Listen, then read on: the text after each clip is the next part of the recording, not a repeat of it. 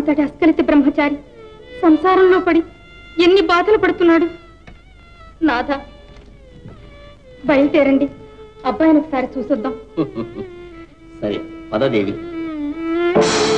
బాబు, ధర్మం నా కర్మం. ఇప్పుడు మీకు ధర్మం. పండి. ధర్మం సర్వపాపహరం తండ్రి.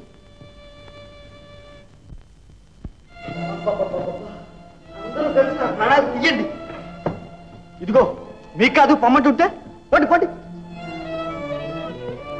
మాయా, వీళ్ళకి ఏదైనా ఇయ్యమ్మా. పాపం. ఆహా, అన్నపూర్ణ తల్లి ఇంట్లో ఉంటే లేదు లేదంటూ పొమ్మంటావే నాయనా? అవునవును, అన్నపూర్ణ అల్లుడు సొమ్ము అత్తధార పోసిందని ఆర్జించి తెచ్చి పెడితే అందరూ అన్నపూర్ణలే. పోరేవింకా పెట్టిపోయడానికి బిడ్డ పాప ఎవరూ లేరు. ఉన్నాడు నాయన, ఒక్క సుపుత్రుడు. ఇంకే సంపాదించి పెట్టలేడు ఆ సుపుత్రుడు. ఇప్పుడు పూర్తిగా భ్రష్టుడైపోయినాడు నాయన. మేము ఇలా ముష్టికి బయలుదేరాం. మంచి పని చేశారు. పండి పండి. ఇదిగో మీ చీర. ఇవ్వకే ఇవ్వకు. ఎందుకు చిరిగిపోయింది? చిరిగిపోతే మట్టుకు చించితే పిల్లలకు గోచులు కావు. ఇదిగో తెరగా వచ్చిందని పట్టుకుపోతున్నావా? బాబు బాబు, పోనీ ఇచ్చేయి.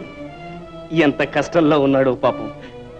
ఇవి కూడా తీసుకోనైనా, మా బిడ్డ లాంటి వాడివి. అడవి గొడ్ల లాంటి అత్త మామ సిద్ధమయ్యారు. ఇక మీలాంటి అడుక్కు తినే తల్లి తండ్రి తక్కువయ్యారు నాకు. అదేమిటి నాయన, వారిద్దరూ పార్వతీ పరమేశ్వర్లా ఉంటే అలాంటవి? రౌద్రంలో అంతటి వారే నా సంసారంలో చేరి ప్రళయ తాండవం చేస్తున్నారు. చల్లని నా ఇంట్లో కాలు పెట్టి శ్మశానంగా మార్చాలని చూస్తున్నారు. ఈ పార్వతీ పరమేశ్వర్లకు తోడు వీడొకడు నందీశ్వరుడు. వీళ్ళందరూ తగలబడితే గాని నా శరీ విరగడైపోదు. ఆ తగలబడేదేదో నువ్వే తగలబడు.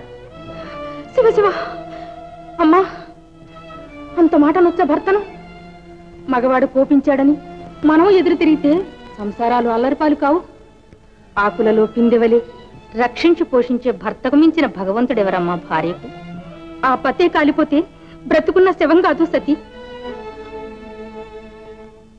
వెళ్ళు, నీ కన్నీటితో భర్త పాదాలందుకుని పాప విముక్తి పొందు.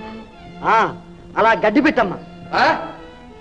రోసం పౌరసం లేని గుడ్డివి, అడ్డమైన గడ్డి నువ్వే తిను. నా పిల్లకే కర్మ తినడానికి.